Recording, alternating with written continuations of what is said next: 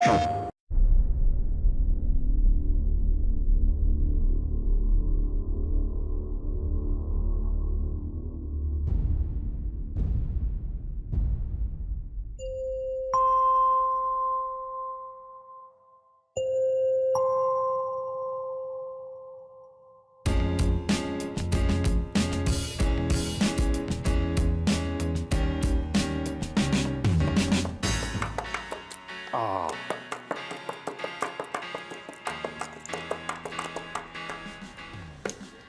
We don't want to be just a factory game studio.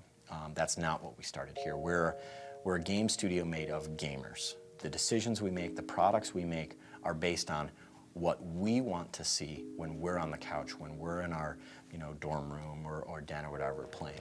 It's games by gamers. And that's kind of a big tenet of what we do here at Lightbox. And we got him. I had the jump on that guy, too. There is a huge amount of ownership given to every individual in this studio. So the vision for the game is really a collaboration of everyone at Lightbox and at Sony, because they have a lot of input also. We've got an interesting relationship with Sony, Sony Santa Monica specifically. Our producer, Harvard, works as our contact and liaison for not only all of the Sony work that has to be done, but also the sharing and communication of techniques and process, not only from the God of War team to us, but vice versa. Being able to work with a team that is that proven and that solid and just does ridiculously high quality work allows us to almost absorb really great techniques and has made our studio better. Lightbox is a new studio, and while we are, supporting them, we've been trying to make sure that Lightbox itself is very independent and making decisions on an independent way, and we wouldn't have it any other way. I think that's going to make the best game. One of the things about Lightbox that I'm really, really happy about is the people that we have here. And I think part of our ability to hire that team is that we're located in downtown Austin. I think that brought us a talent pool that we might not have been able to draw in certain other places. It's a fun city, it's a cool city, and people have fun living here. I see the quality and the diversity and the strength of the work that the team's doing, and it's like the energy of the city, it's fueling them, and that's good for the game. There's something liberating and re-energizing about joining a startup. You never drop into second gear. It's just go. Decisions are made and you move forward.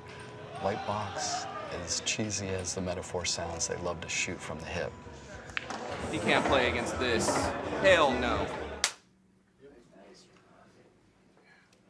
Does he get graded on the sound of his snaps? Starhawk is the spiritual successor to Warhawk. It was a really successful multiplayer-only game. We wanted to change things up a bit. It has a single-player campaign. That's where our character Emmett Graves comes in. He and his brother, a family operation, had a rift claim out in a distant planet. As is unfortunate and common in the frontier, an outcast warband rolled in and destroyed their extractor, and the rig exploded. As what happens with exposure to rift energy, both brothers were directly exposed. It's incredibly painful for Emmett. And now he bears the mark, the brand of an outcast warrior.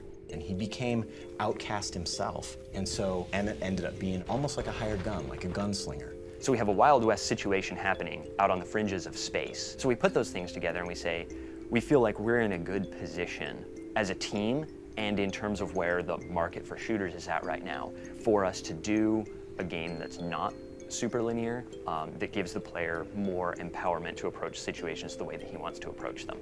The build and battle system is one part of doing that. The thinking behind build and battle is, in any shooter, you would go to your inventory and pull out a weapon, a pistol, a rifle, a rocket. Each one of those weapons has a specific role in the battlefield, and the player is required to make moment-to-moment decisions as to which weapon to use. Build and battle takes that one step further. What would happen if the player could pick out a bunker or pick out a device that would spawn hawks? That's where we started to come in with these drops, right? These are enormous building drops, and what happens is they have huge cargo crates up in space that they can literally drop on a single spot on the ground, and you can see these buildings and you have a structure that was built in real time, not turn-based or anything like that.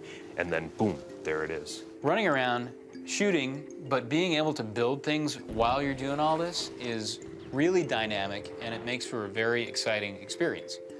It allows the player, within a very fast-paced game, to build the level the way they want to solve a mission. When the camera pans back and you see all the structures you built, it's almost like, yeah, that was my town.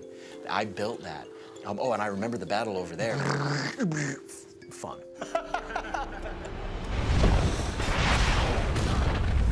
The Warhawk fans are the heart and soul, and I want to provide them with the ammunition of argument.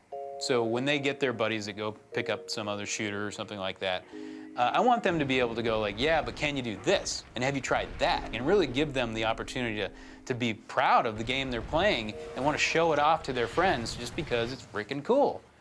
And I think that's what we're trying to create from a community standpoint, is that kind of pride of ownership, in a sense.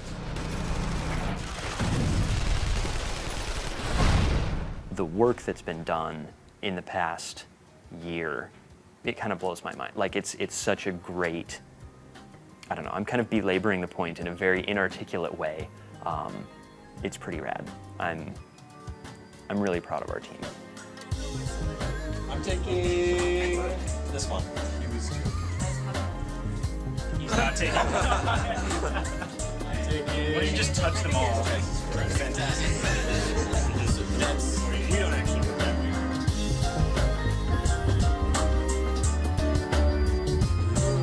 To me, there were two lines that we really needed to avoid.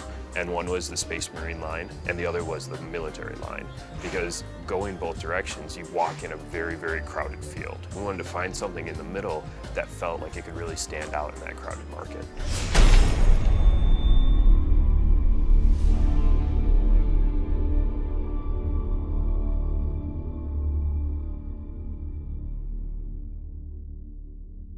PlayStation